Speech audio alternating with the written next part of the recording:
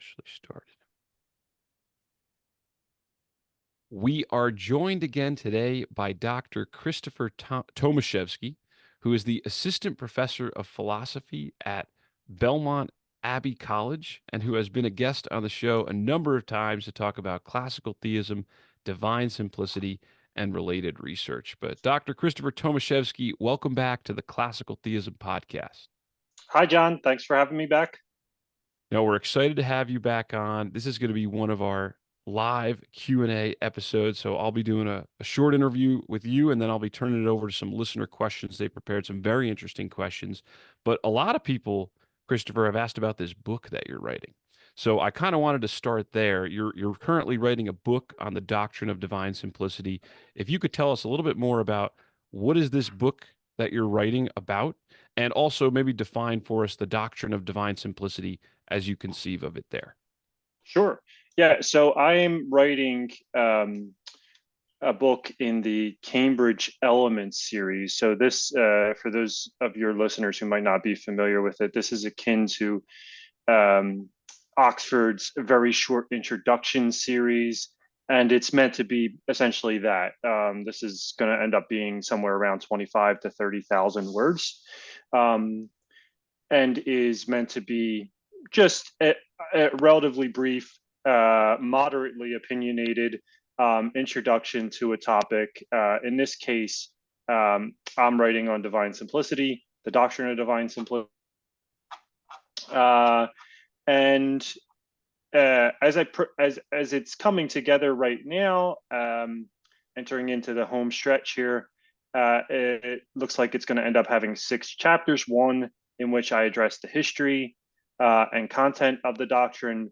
One in which I discuss divine simplicity and the divine attributes, the implications of divine simplicity for the divine attributes, make it clear, contrary to the rumor that I guess continually circulates, that divine simplicity says that God does not have any divine attributes, or that God is a property, that this is not the case.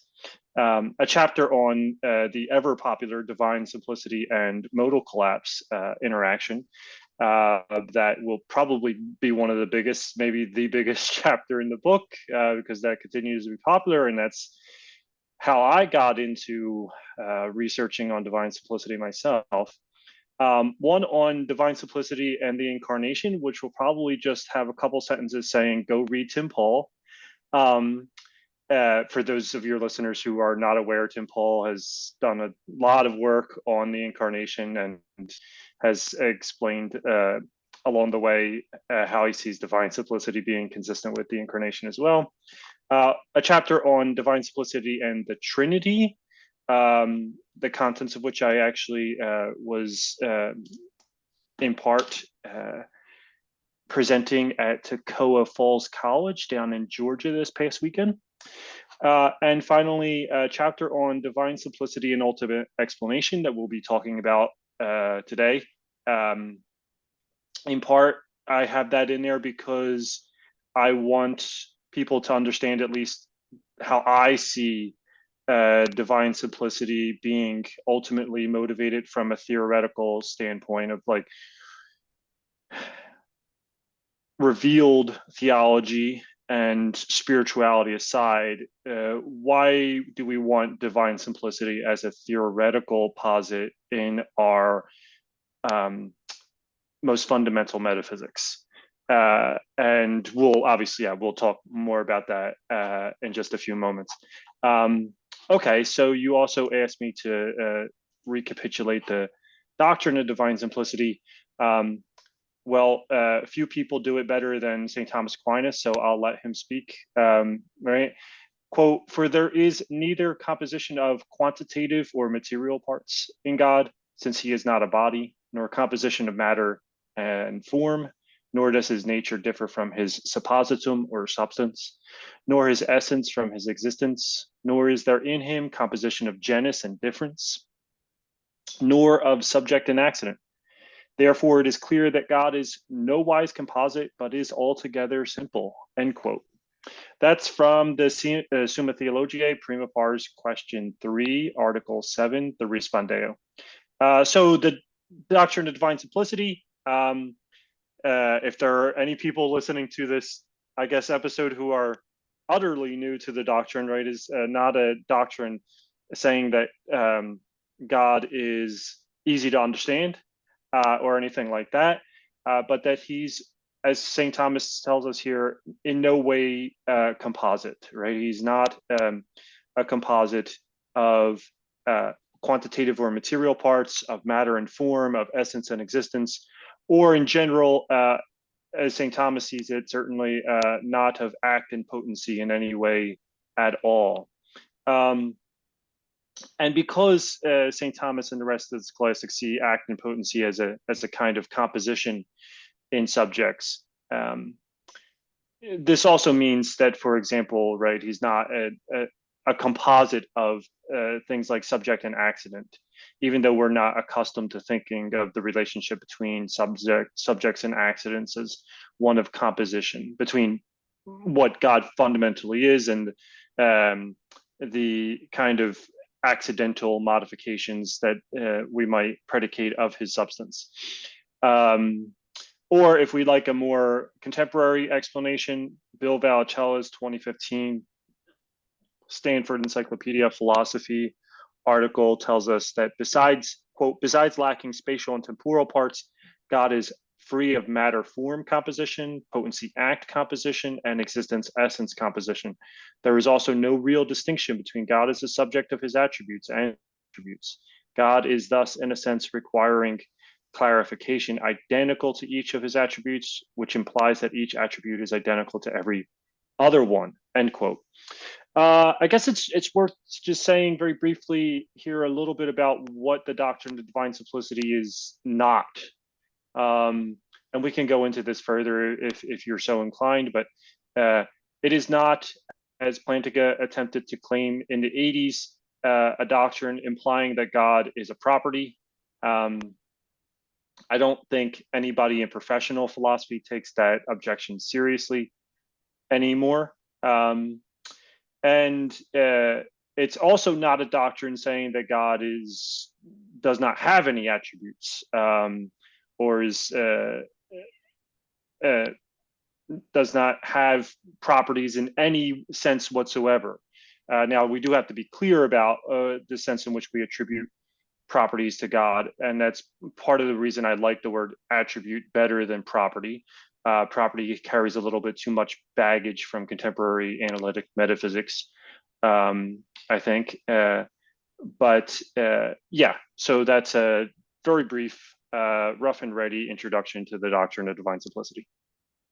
That was very helpful. I know my listeners are going to be excited for this volume when it's out. So definitely, keep us posted on that, and I'll add it to the show notes page when it goes live. But I like that you're starting us there with an understanding of the doctrine that at its core, we're saying when we say God is simple, we mean that God is not composite.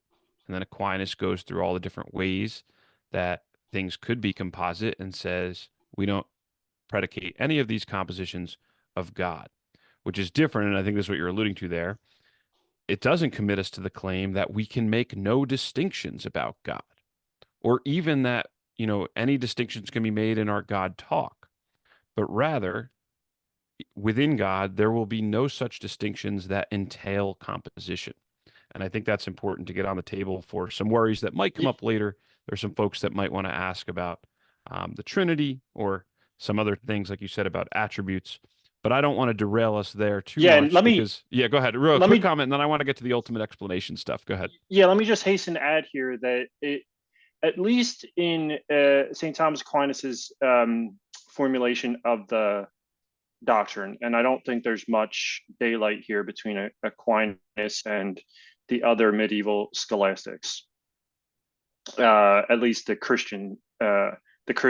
Maybe there's some daylight between St. Thomas Aquinas on this and some of the Islamic versions of divine simplicity. But at least on St. Thomas's version, it's vitally important in thinking about the doctrine of divine simplicity to bear in mind the distinction between a real distinction and a virtual or even a purely logical distinction, and to bear in mind that there's still a whole host of things that can be thought and said about the divine essence without there being any real distinction between parts of the divine essence. And of course, since one of the things to which God is identical is an intellect, um, there is room within the divine intellect for, of course, God also to, obviously no less than us, that should be obvious, to cognize the various ways in which his own essence can be logically distinguished from itself according to his power and his knowledge, for example, or his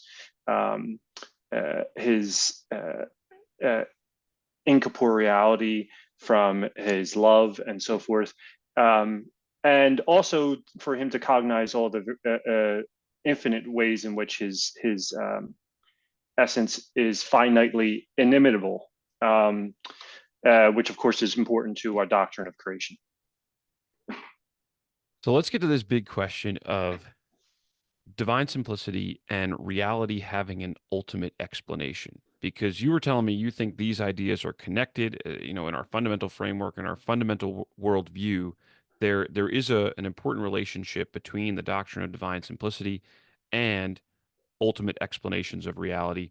How are these ideas connected? Well, flesh us through some of it. I know you can't give us the whole lecture, but walk us through some of your argument here. Sure. So I guess I'll just start here with an autobiographical note that, well, you see, all the way back when I was a kid, I was a math nerd. I wasn't really a philosophy nerd to begin with. I got into philosophy because I was a seminarian for a time, and that introduced me to philosophy, and I fell in love with it. But one of the things I really loved about math as a child and all the way up through my undergraduate experience is that, math is very clear about how everything comes back to first principles, to what mathematicians call axioms. And so when I got into philosophy, I guess that kind of mathematical disposition stuck with me, as it has with a lot of philosophers as well who share my intuitions in this regard. But what I'm about to say is not unique to me as a philosopher in any regard, which is that, at least, especially among metaphysicians, right, we are in search of an ultimate explanation. We want a way of getting everything in the universe, everything in reality, in total, explained all the way down, with zero mystery left, at least in principle, right? Idea that we'll be able to access all these explanations apart from divine grace is suspect at best. But at least we want to know that these explanations exist. And so when we're doing metaphysics, when I'm doing metaphysics, at least, I don't want any brute facts in my metaphysics at all. Zero. I want zero bruteness. That might sound, I guess, overly ambitious, I suppose, to a lot of my colleagues in metaphysics. In contemporary analytic metaphysics, it's, I think, quite popular these days to accept the idea that everybody has bruteness somewhere, and I reject that. I think we can get rid of all bruteness, at least in principle. And that's not to say that I or any other human being can give you all the answers, but just that the answers are there to be had, at least by God. And I think the doctrine of divine simplicity is required to make this happen, right? Just to kind of give a first pass on this, right? I mean, if God were somehow composite, if he were a composite of act and potency, of essence and existence, or of subject and accident, and so forth and so on, then the principle going to storm in and demand explanations for this kind of composition in God. And again, here I think I depart from at least some the intuitions I think of some of my colleagues again in metaphysics in thinking that it's not just the contingent stuff that needs to get explained. And I'll bring this back to mathematics again in just a moment.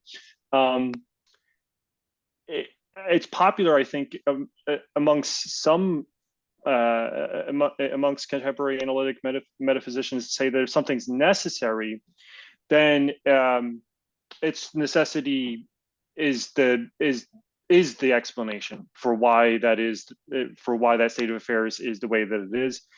And maybe God is, even among people who deny divine simplicity, right? They're going to say that a lot of the facts about God are necessary facts. So maybe it's just necessary that God is composite in the way that he's composite. I don't think that actually works, nor do I think that saying that something is necessarily true affords us any explanation of why it's true. And part of the reason I think that's the case is because, again, we have a whole discipline that is concerned with explaining why necessarily true things are true. That discipline is called mathematics, in which pretty much all of the claims are necessarily true claims, but we're still very concerned with being able to give explanations of the claims in question, right? Which in mathematics takes the form of proof. Right. So we know now, thanks to Andrew Wiles, that Fermat's last theorem is true, but everybody wanted the explanation, right? And obviously, Wiles' proof consisted in more than just showing that Fermat's last theorem was necessarily true, right? It gave us an explanation of why it's true. And so even if God were necessarily composite, I think, right, there would still be a demand for explanation about why God is composite.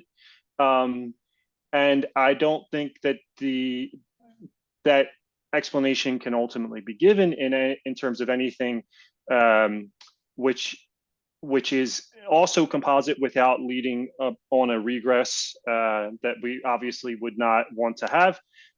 So I think that regress has to be terminated in something which is not composite, which therefore calls for no explanation for the way or manner in which it's composite.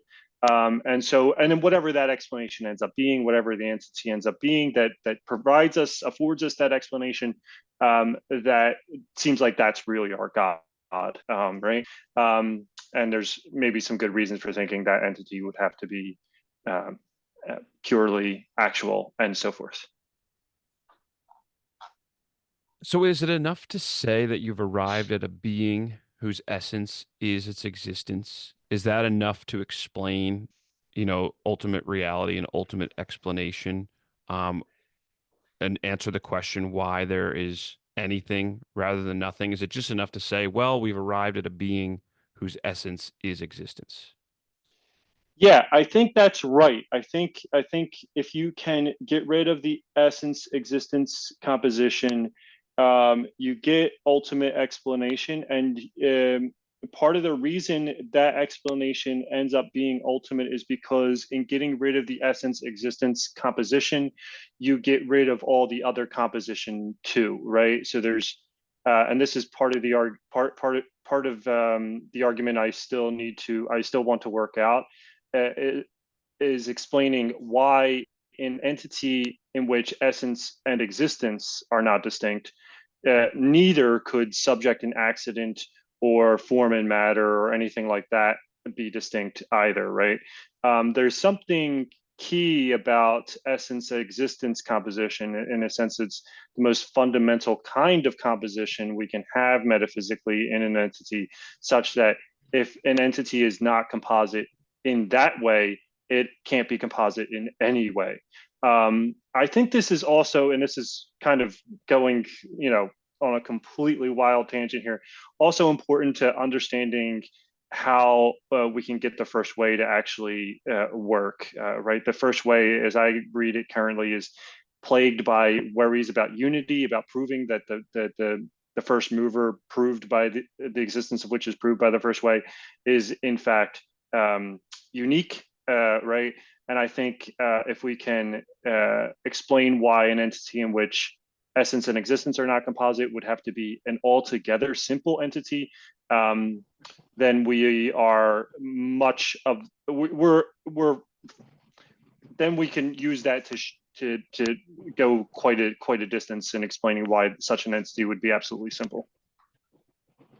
All right, Christopher. Well, we're going to go to questions in a few minutes, but I look forward to seeing you, flesh out those arguments even further and definitely picking up a copy of the book. But one other thing I wanted to ask you about is revealed theology, because we don't just do natural theology as Catholic Christians, we do revealed theology. And some have said the doctrine of divine simplicity is neither explicitly spoken of in any verse of Scripture, nor is it implied by the proper interpretation of any verse.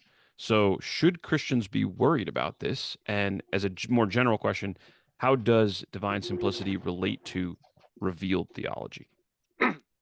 Very good, John. Thank you. So I'm really excited about this because, as far as I can tell, I'm not aware of anybody, at least recently, having made this point clearly. So this is really good stuff. So a lot of opponents of the doctrine of divine simplicity claim that there's no warrant found for it in Scripture, and moreover that there are numerous verses scattered throughout Scripture in which the doctrine is implicitly or explicitly denied. Now, I don't think that's true. I think, for example, as unpopular as it may be, and it's common to cite apparently also contemporary Scripture scholars on this. I don't know why we would trust a lot of contemporary Scripture scholars unless their bona fides have been shown in terms of their interpreting Scripture in accordance with the tradition. As I'm sure a lot of us are aware, the area of biblical studies is rife with people whose orthodoxy is less than unquestionable. But setting that issue aside, right, as unpopular as it is, I think there's, to say this now, right, like I definitely think Exodus 3:14 is an attestation to God, for example. Sorry, you cut out for a second. For the what of God? For the simplicity of God. Sorry. Okay. And so, but I'm a philosopher, right? I'm not a biblical scholar. I'm not even, and I'm not a revealed theologian. I'm not a scholar of sacred theology per se. So when I'm thinking about this, I'm thinking, well, okay, what can we say about this philosophically? And part of what I've been thinking about in thinking about the book is that, well, look, part of what we hold as Christians, both Catholics and Protestants, are very united on this, right? Is the inerrancy of Scripture.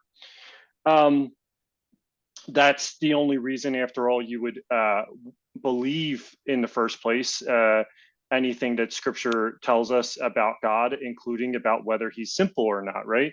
So if we're going to take Scripture as a defeater for claims about divine simplicity, I suppose this is going to come from a place where we think that Scripture is inerrant. But why do we believe that Scripture is inerrant? Well, at least now, I think everything I'm about to say is equally well true for Protestants as well as it is for Catholics. But if you ask, your ordinary Catholic theologian why we believe that Scripture is inerrant, is that it's inspired. It's inspired by God. Okay, but why should that make us think that Scripture is inerrant? It's inspired by God. Well, maybe God made mistakes. Maybe God has some very good reason for deceiving us, for all we know, right? At which point, right, the theologian will tell you, no, you have to understand, God is He who can neither deceive nor be deceived. Okay, that sounds familiar. And that sounds like the correct kind of ground for the belief that Catholics and Protestants share, and Eastern Orthodox, that Scripture is inerrant. All right, but where does that belief come from? That God is he who can neither deceive nor be deceived. It had better not be coming from Scripture, because that would obviously be a blatantly begging argument for the inerrancy of Scripture if we were to ground God's inability to deceive or be deceived in Scripture itself. So it had better be a conclusion of natural theology. And now, when we come to this point, I've been thinking for a while now about, okay, well, as a matter of natural theology, how would you discover that God can neither deceive nor be deceived?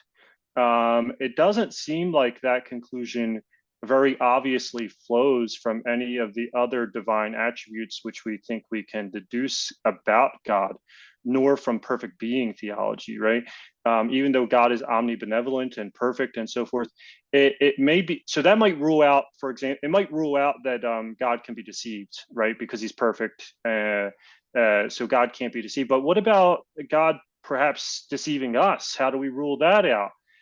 It wouldn't follow from his perfect goodness that he could never deceive us, because after all, as many people think, lying is perhaps not intrinsically wrong, right?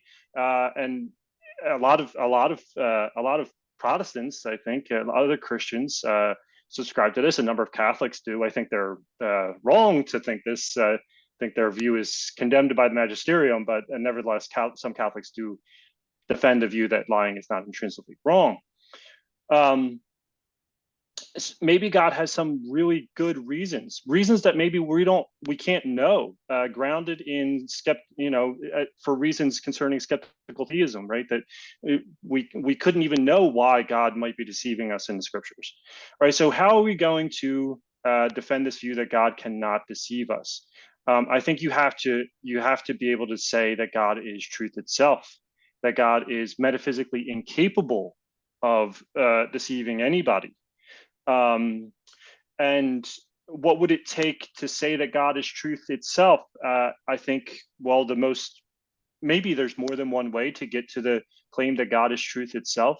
But one obvious, I think, way of getting there is to hold the doctrine of divine simplicity, on which God is identical to everything in God. And of course, the truth is among the things in God. And so God is identical to the truth. So in this way, the doctrine of divine simplicity, I think, is a way of securing the inerrancy of Scripture. And as far as I can tell, it's the only promising way of trying to secure the inerrancy of Scripture, at least insofar as we have to justify the claim that God cannot deceive us in that kind of way, because it has to be done naturally. I think the only way of doing it naturally is to establish that God is truth itself. And I think the only promising way of trying to establish that God is truth itself is the doctrine of divine simplicity. So in this sense, I think people who use Scripture as a cudgel against the doctrine of divine simplicity are cutting the branch out from under their own legs, in the sense that they are undercutting the sole natural theological ground on which we can base a robust doctrine of biblical inerrancy. Wow. Okay, that opens up a lot of interesting realms of territory that we're not going to be able to explore all at once, because I want to go to some of the listener questions, but I do look forward to how you develop that, Christopher, further. I'll just share two quick thoughts that are in my mind that you might want to count somehow in your research or development of that argument. And one is that I know Descartes in Meditations goes into how he thinks he can get out of this demon scenario and get out of a global skepticism scenario. And I think he might simply base it on God's goodness and perfection. But you and Pat Flynn have probably read more of Descartes than I have, so I'll let you weigh in on that in a moment if you want to. And then the second thing that was in my mind is you're definitely going to have to be careful and dig into the weeds if we want to develop the argument rigorously. There are passages of Scripture where, God, it said that God sends a lying spirit, for example, in the Old Testament to someone. and then also in Second Thessalonians 2, I think in verses 10 to 13. I know we're always talking about Second Thessalonians 2:12, and we're talking about scripture and tradition, but it speaks of how if people do not love the truth, there is some causal language like God will cause them to love a lie. Now, how do we interpret that, and what are all the different nuances of that?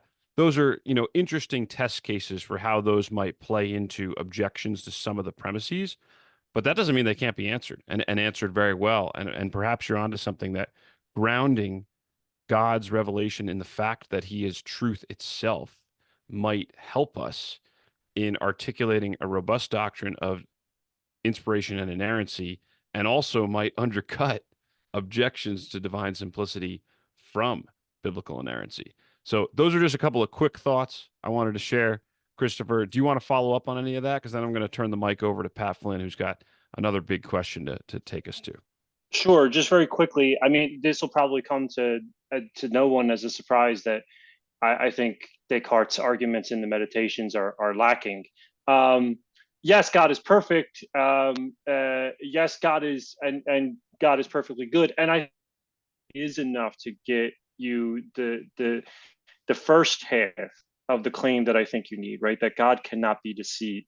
Sorry, that God. The second half. That God cannot be deceived, right? Because if he could be deceived, he could believe falsehoods. That's a kind of imperfection. Fine. So it can get you that. I don't see how that by itself gets you the first half, right? That he cannot deceive, unless you already have an argument, right? That lying is any kind of deception is always wrong. Now, I think as Catholics we do have that, but a lot of Catholics as well as non-Catholics don't accept those arguments. So you need something else perhaps to convince those people. And even if you do accept that, what we're in possession of is an argument that lying is intrinsically evil for human beings. That argument won't readily transfer over to the idea that it's metaphysically impossible for God to deceive. You would have to do significant additional work there. So that's why I point out, I mean, you're going to need more than just perfection and omnibenevolence. As far as scripture goes, I mean, I won't into the interpretation of the passages you mentioned, especially because I don't have an interpretation of this passage. Part of my point with this, right, is to try to circumvent all the interpretive battles about the relevant verses as to whether they affirm or deny divine simplicity or any other just divine simplicity, right? Whether they affirm or deny divine simplicity, with the idea that I'm trying to develop here, right, that the inerrancy and inspiration of Scripture itself theoretically rests upon and presupposes the doctrine, at least it presupposes or rests upon the doctrine of divine simplicity as the most plausible and readily available explanation of why God can neither deceive nor be deceived. All right, let's open it up for questions. This is one of our live expert Q&A sessions, and that means great members of the audience like Pat Flynn, who I'm going to call to the mic, is now going to take us into some territory of epistemology. And Christopher, we can hear you clearly. A couple times there were some short cutouts on my end. So what I might have us do, I'm going to turn my video off, and then if it's going well, we'll just keep it as is. But if not, then I'll have us all turn our videos off and just audio. But Pat Flynn, go ahead when you're ready. Sure. Well, that was excellent, Chris. Thank you very much. And like you, one of the attractions that I have to the doctrine of divine simplicity is, it seems to me, the only really satisfying ground for an ultimate termination of mystery. It's I think very theoretically fruitful. One thing that's sort of surprised me, and I'm not an epistemologist, and I only pretend to be one sometimes on my podcast, is the lack of engagement by classical theists in meta-epistemology. So I'll try and set like a little minimum background. Chris, I know I sent you a note beforehand, but for people who are listening of kind of what I'm up to here, where I think there could be some fruitful engagement from classical theists, where I think that there's some significant issues. So I take it that I don't know. I guess I lean towards externalism when it comes to epistemology. We can explain what that is if we want to.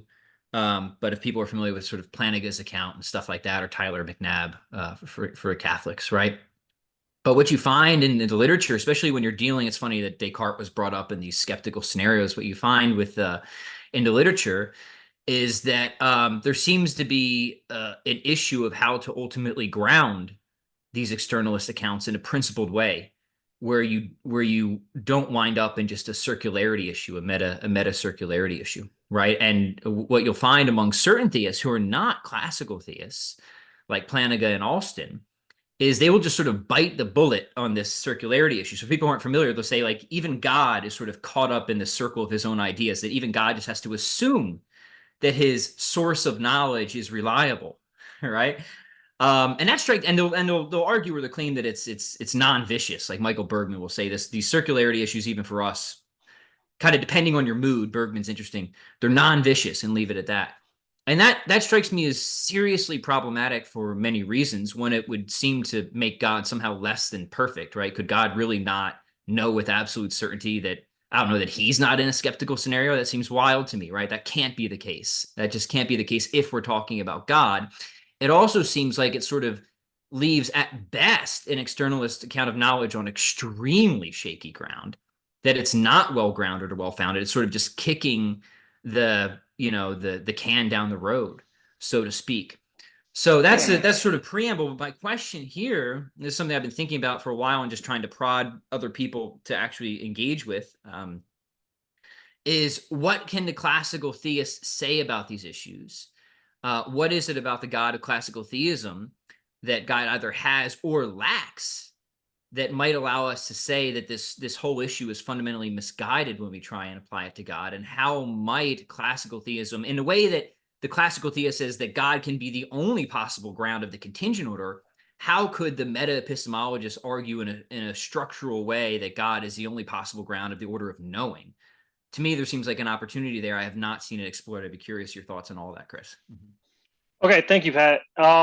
So I'm going to take this in what might be a really weird direction, but maybe it's exactly what you're looking for. Maybe it's not. You can tell me what's going on here. So part of what is recently been accused to be a serious problem for the doctrine of divine simplicity is the way in which the doctrine requires certain things, certain attribution, knowledge attributions we make to God to actually be the truth makers for those attributions are external to the divine mind, right? So when the doctrine requires, it ends up entailing that when we say that, for example, God knows that Christopher exists, or God knows that Pat exists, or God knows that John exists, the truth maker or ground of that knowledge attribution ends up being partly external to the divine mind, right? Because if it were entirely grounded by just what God is, well, then that would make our existence necessary, because of course God has no modal variability across possible worlds. So if it was entirely made true by just the way God is, or what's internal to God, then it would be true in every possible world, because that's how God is in every possible world. And so we would exist in every possible world, which is absurd. So what grounds truths like these has to be partly external, right, to the divine mind. This is alleged to be a problem for the doctrine of divine simplicity. So, for example, in Joe Schmid and Ryan Mullen's recent piece in Religious Studies, the aloneness problem for classical theism, I think it's about this alleged problem for divine simplicity. I think this is actually a strength for divine simplicity. Part of the reason you want to accept divine simplicity And there's going to be parallel reasons for accepting divine simplicity with regard to divine omnipotence in this respect too. And I'll mention that in just a moment.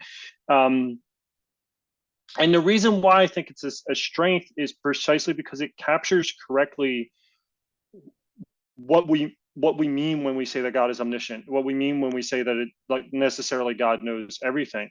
Because part of what it means for God to know something, when we say that God knows something, it's partially constitutive of God's justifiably believing something that's the way it is. And of course, once you have that picture, it's clear how God couldn't fail to be he couldn't be mistaken about anything, right? Because if it weren't the way that he believes it to be, then he wouldn't believe it to be that way, because it's being that way is partially constitutive of his having the relevant mental state, if we want to talk very loosely in that sense. Right. So when we say that God believes that that Christopher exists, part of what makes that claim true is that I actually exist. And so there's not this same gap, I guess, right, for God and for human being as there is for human beings, right? So in epistemology, we call this the problem of the criterion, right? That the modern skeptics made so much of, from all the way back in the late 15th century. Michel de Montaigne, Descartes is the most famous example of this, right? Of like pointing out that it's impossible for us to get outside of our minds to check that what's inside our minds actually matches what's out there in the world. So how could we ever be completely certain that our senses are reliable, or that any of our cognitive faculties are reliable? One way of getting around that problem, as Berkeley showed us, right, is to just get rid of the gap, right? Get rid of this gap between the way that the world is and your mind. One way of getting rid of that gap for everybody is to become an idealist, right? To just say that the totality of reality is nothing more than ideas in our own minds or in God's mind, whatever, and so on. Now, of course, I'm not an idealist. I don't like Berkeley's way of dealing with the problem. And in fact, I am sympathetic to the idea that the regress is not vicious when it comes to human beings. But there's more that we could say in the divine case. And I think the more that we could say in the divine case is that divine simplicity forces us to say something that we want to be able to say anyway, which is that when we come to the divine case, part of what it means for God to believe that P is true. And divine simplicity requires us to say that anyway, on pain of making P necessarily true, right? Which we don't want to do. And so, but once we say that, that solves the problem of the criterion for God, because there's no longer this kind of logical gap between God's believing that P and P being actually true, P actually being the case.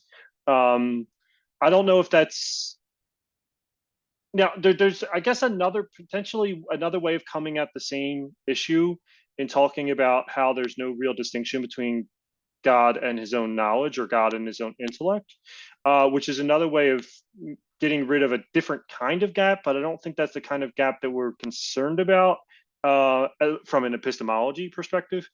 I don't know if that's helpful, Pat. Does that answer any of the? Yeah, Chris, that's good. That's very good. Yeah, really, I wouldn't expect to detail a model where we detail the divine psychology or cognition or anything like that. Really, what I think the classical theist should do is along the lines of what you're just doing, is saying, hey, here are the conditions for what makes these skeptical scenarios possible for us. Here's why they still apply to the theistic personalist God, right? Right. So and here's why classical theism can satisfy an externalist model of knowledge that the personalist can't, is sort of what I'm nudging. Right. Yeah, let me just say let me just say very briefly what kind of God would still have this problem. if you have a God who knows that P by observing that P is the case in the world, then you have a problem with the criterion for God.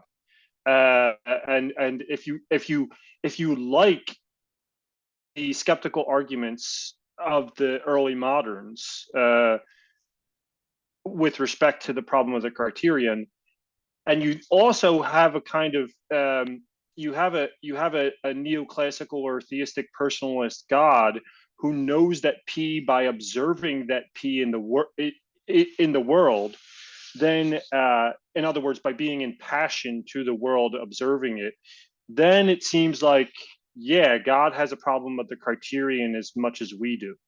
And that seems, I think I agree with you, that seems like a problem for divine perfection.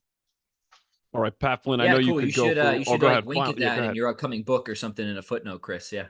I will, and I will cite you, Pat. Thank you. I know, I'm sure you can go for a while with more questions, but I wanted to get over to a couple that were sent in. Enrique, you are next up if you want to ask your question to Christopher Tomaszewski, and this one deals with modal collapse. Sure. Thank you, John, and thank you, Chris. So I have a question on the modal collapse. By the way, I really enjoyed your chapter on this topic in the recent Classical Theism book. So congratulations Thank you, on Enrique. that. Yeah, it was a pretty exhaustive and definitive treatment of the subject. But I was wondering whether you could talk a little bit about the intentional collapse variation on the argument, because to be honest, I just don't get what the problem is supposed to be. And I had a hard time understanding the brief section where you tackle this issue in your chapter. So it seems to me that once the classical theist solves the modal collapse objection by simply denying that a difference in the effect requires a difference in the cause, why can't we simply deny that for God to intentionally create different things in different possible worlds, he must form a different interior intention in each possible world? So it seems that adding a different intention in God in each possible world solves nothing, because then the question arises whether God has formed this intention intentionally, and now we have a regress. So it was just that, if you could talk a little bit about this. Yeah, so I guess especially for the benefit of the folks who maybe haven't read my chapter in the Classical Theism volume co-edited by Rob Coons and Jonathan Fuqua, which I recommend to everyone, by the way. What I was trying to accomplish in that chapter was twofold. One was to show that versions of the modal collapse argument that proceed from the basic entailment of the doctrine of divine simplicity, that God is really the same across all possible worlds, which is a real entailment of the doctrine of divine simplicity, are a problem for everybody, right? So that's the bulk of that chapter, right? Showing that, and I've done, I think, another episode on this podcast with John, laying that argument out in a more perhaps accessible format for people who want to check in on it in that way. So everybody has this problem, right? Like everybody wants to bring all contingency back to some necessary thing.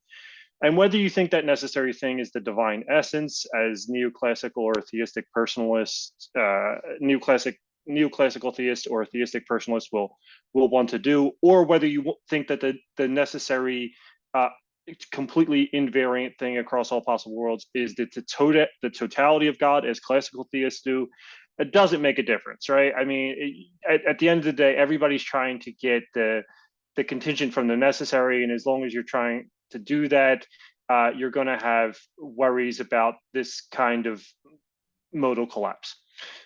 Now, what I was trying to do at the end of the chapter was deal with a kind of follow-on problem of like, okay, but what do we as classical theists, what are we actually going to say about this problem? How are we going to get out of it? And this is, in a way, addressing the kind of concerns that, for example, Joe Schmid brings up in his the fruitful death of the modal collapse paper that I think is in Philosophia, or I can't remember where it was published, but it's gotten a lot of attention, right? This idea that, well, if the only way of getting out of the modal collapse is by God's causation of contingent things being indeterministic, then it seems like we're left without a way of saying how it is that God can be providential, or how God could even be intentional in the creative act. And so what I was trying to do there is say, look,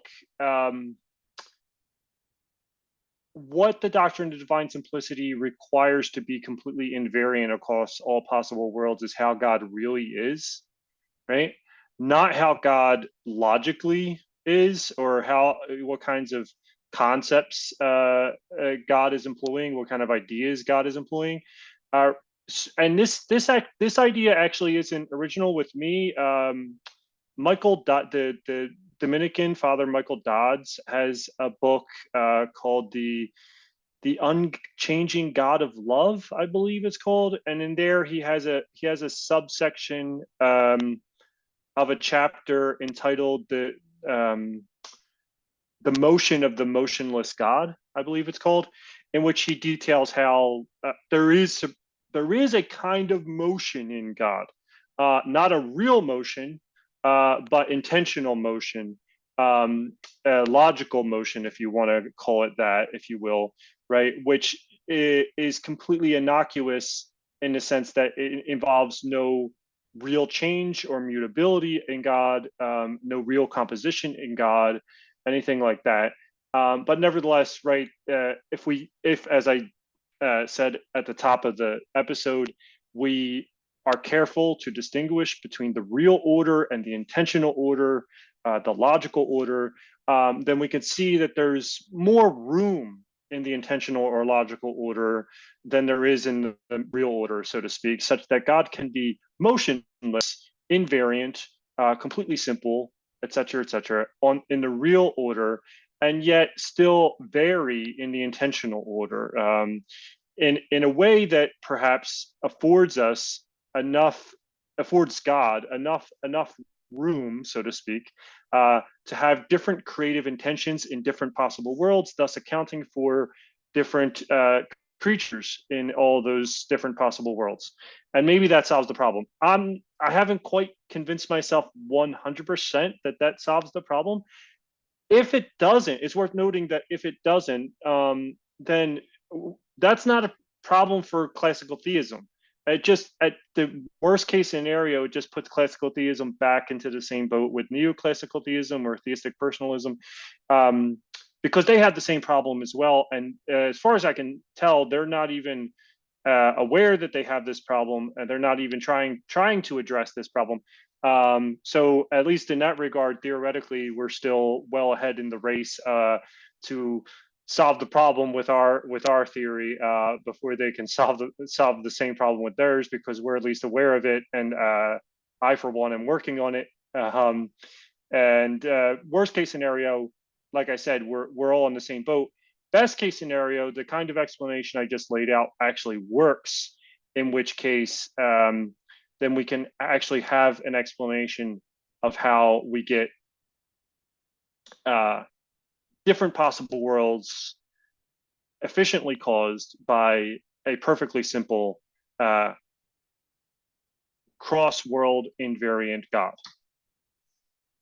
Sorry, I don't know if that answers every dimension of your question, Enrique. Feel free to follow up. Sure. No, that's fine. Thank you. Thank you. All right. Thanks, Enrique. I know it's a big topic and a lot that we can go into, so I'll make sure to link to the episodes and articles and things that Christopher is mentioning along the way. Jake sent in one question in the chat, and I'm just going to read. Christopher, do you have another 5-10 minutes? Sure. Okay. And next, then I know we got to wrap up. But Jake asks, what would you say to someone who asks for proof that it's even possible for something to have an essence be its existence?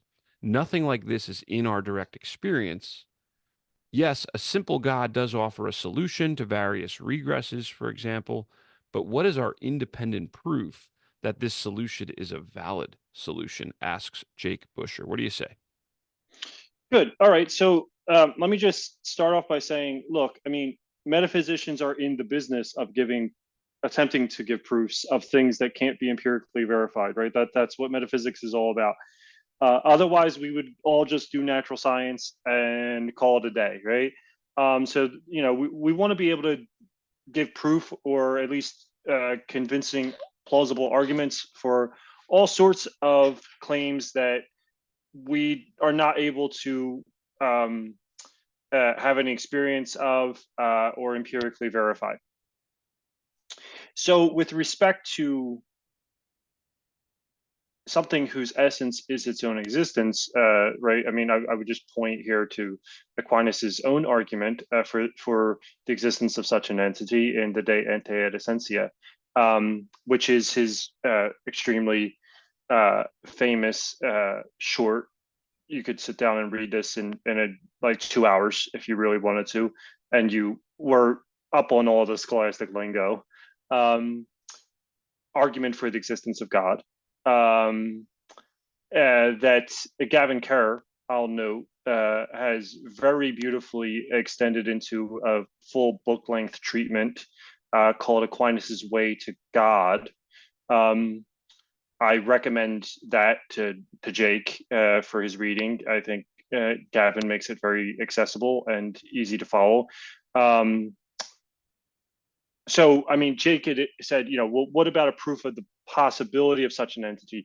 I mean, right. I mean, I think this does one better. I think this is a proof of the actuality of such an entity. And I think it actually works. And I think Gavin's book lays out very clearly why it does work. And I say that as someone who, is actually, I'm not convinced that all the 5 ways work. For example, I think there's big holes that need to be filled in the first way and the second way. Not so sure about the third way.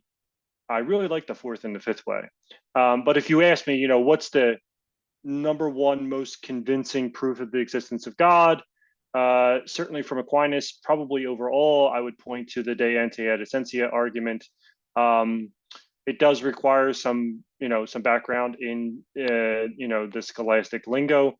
So if you don't have that, then I recommend Gavin Kerr's book. If not, if you do have that background, then you can sit down and read the Aquinas's actual short book in a couple hours. And I think it's extremely good. It's Aquinas's best work. The De Ente et Essentia, it's worth noting, is the closest thing we get from Aquinas to something like a doctoral dissertation, right? This is him almost at the peak of his game, right? From a research perspective. By the time he's doing the Summa Theologia, he's kind of already writing for the teaching purposes, right? He's trying to equip others to go out and preach and so forth and so on. The De Ente et Essentia is actually Aquinas at the top of his research game. So anybody who hasn't read it, I think it's extremely valuable. All right. Well, Jake, we're going to have to leave it there, but I hope that captures your question. Dr. Christopher Tomaszewski, this has been a very interesting hour, getting us back into the doctrine of divine simplicity. Thank you so much for joining us again on the Classical Theism Podcast. And we'll definitely have to have you back when the book is out and to dive into some of these issues even further. But please let listeners know, where can they go to find out more about your work? And then we'll say goodbye. Right. So my very out-of-date website is firstphilosophy.net. I have that links to my academia page where you can find preprints of some of my published work. And you can always feel free to email me for copies of this kind of stuff too at christophertomaszewski@bac.edu. Yeah, and I'm on Facebook, as many people are already aware. Excellent. Well, I will make sure to link to those resources and some of the things you said along the way in the show notes page. If a few people in the live chat want to hang on for a few minutes, we can just have a little informal chat. But thanks again for joining us today, Christopher. It's been a blast. Thank you, John. All right, brothers. Thanks for joining us live. Everybody who wanted to ask a question. This is obviously, I think we're just kind of opening and setting the stage for some really big topics. For Enrique's question, Christopher, I think he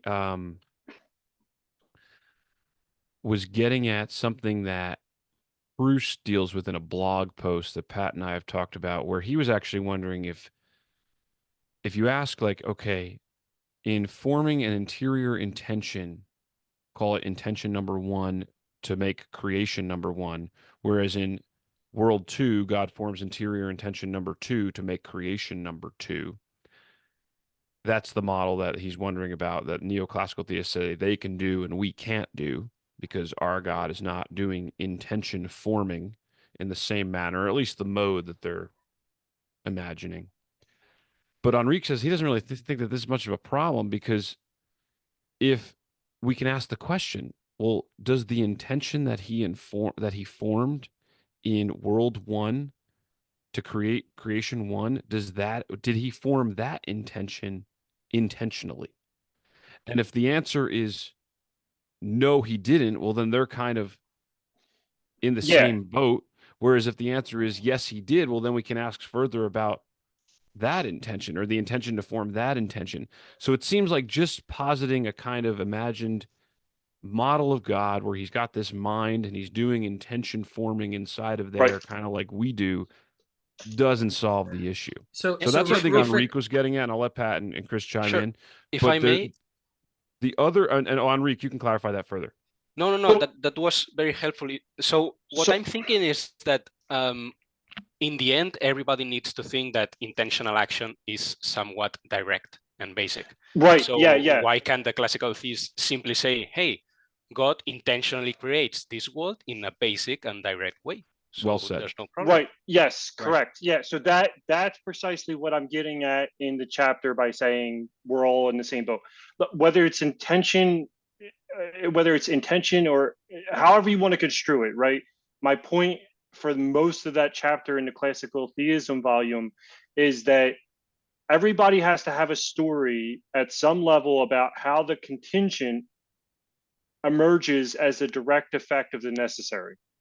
And where you put that gap, whether that gap is within God, as the new classical theist thinks, or the theistic personalist thinks, right? Or that gap is at the boundary of where God meets the world, so to speak. It's the creative gap. It makes no difference to our ability to solve that problem. Whatever the classical theist whatever the neoclassical theist or theistic personalist is going to say about how the contingent in God emerges from the necessary is a story that the classical theist can take and just transplant right over and say, okay, that's our story about how created things emerge directly from God, right? And that's the point. That's basically all that the 80% of that chapter is saying. That's the whole story. There's a couple places in terms of, like, if you want to just see me making this point in video, the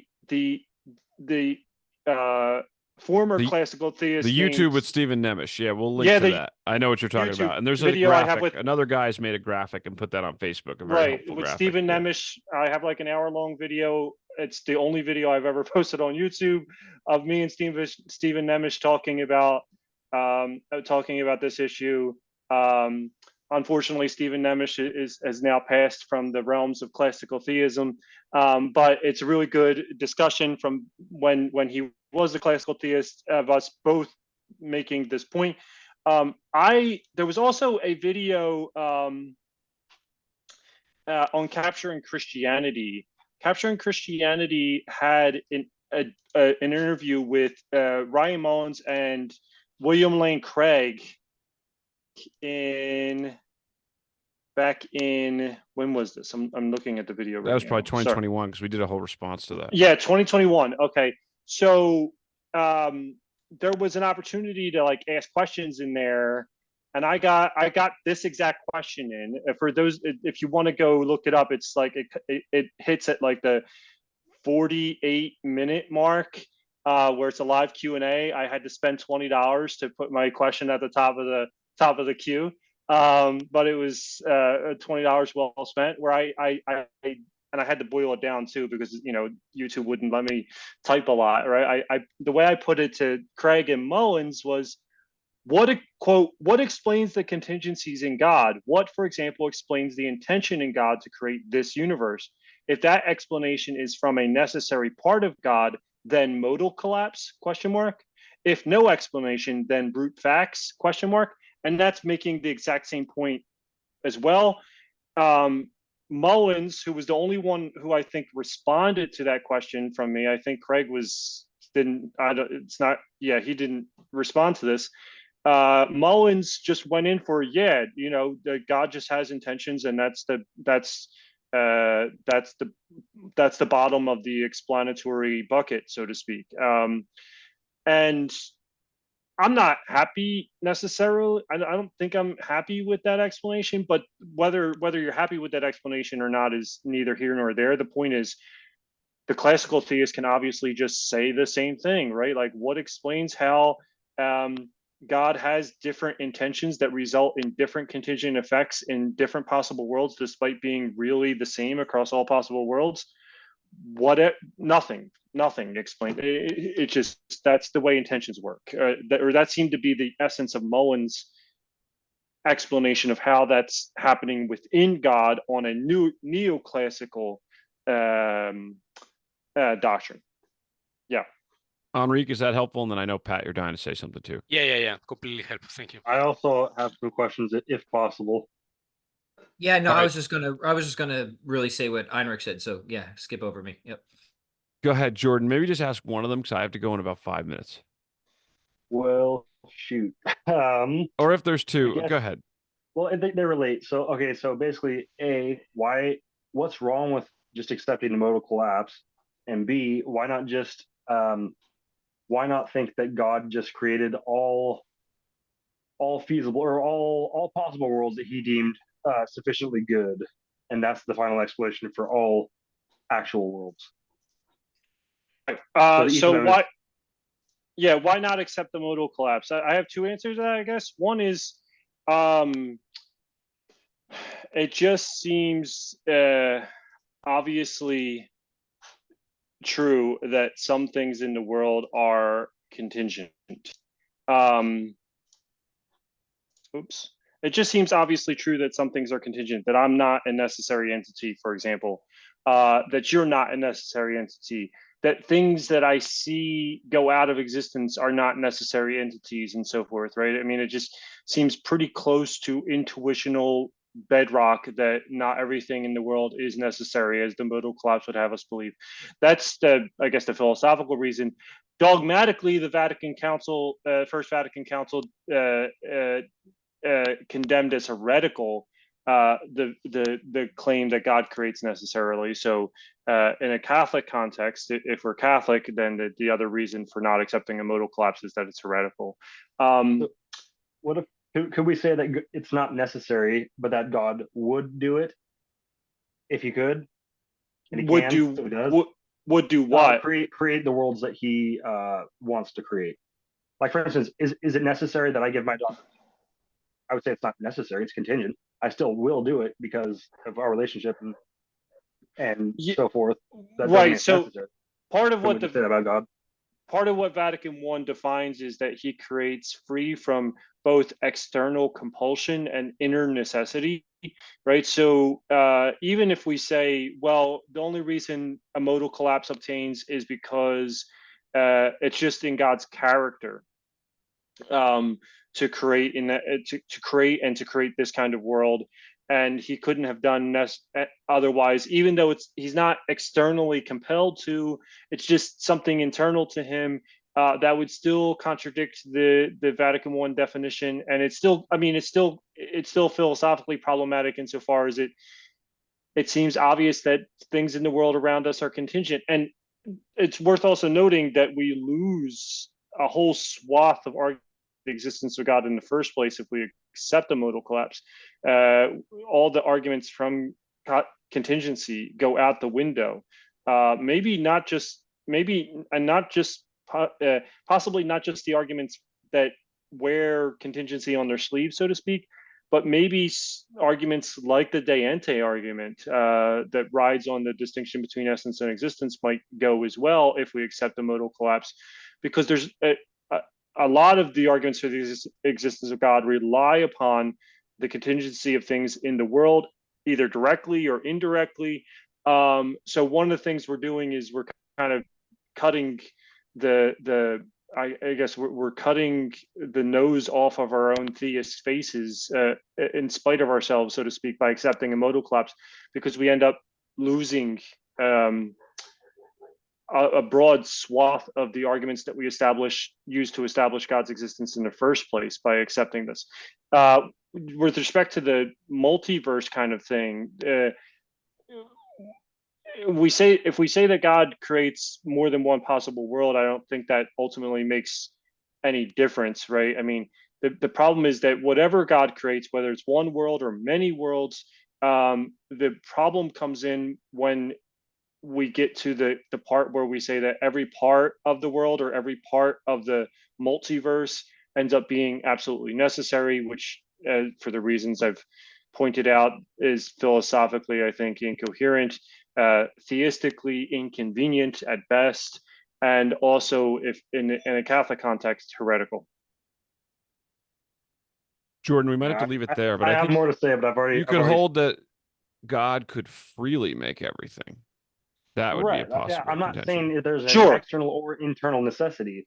I'm saying it could be just as I am not internally or externally necessitated to hug my daughter. Nevertheless, I will do so. So too, why can't we say that about God? I don't think that's the same thing as internal. Depends on what you mean by it. Depends on what you mean by you will do so. If all you're saying is, well, God, I want to and I can.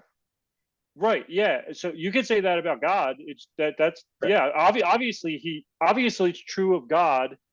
Obviously it was true of God that he created the universe, and the way we know that is that he did. Right. So there was a time, or there was a time, quote unquote, right, before time, when it was true of God that he will create the universe. Yeah, you could say that. That's fine, as long as you understand that doesn't. I mean, the problem there is that the opponents of the doctrine of divine simplicity are alleging that God does a lot more than that. They're alleging that divine simplicity entails that he necessarily created and necessarily created this world down to every last detail, and that's where we run into problems. Gentlemen, I apologize because I have to run. Christopher, are you okay with me keeping this last segment in, or I could only just share it for the patrons? No, that's fine. You could keep in whatever you want. I'm not shy. Awesome. Thank you so much. Enrique, Jordan, thanks for joining us. I know there's a lot more that people could say, but I got to run. God bless everybody. Thank you, and this will be all right. Bye-bye, guys. Bye-bye.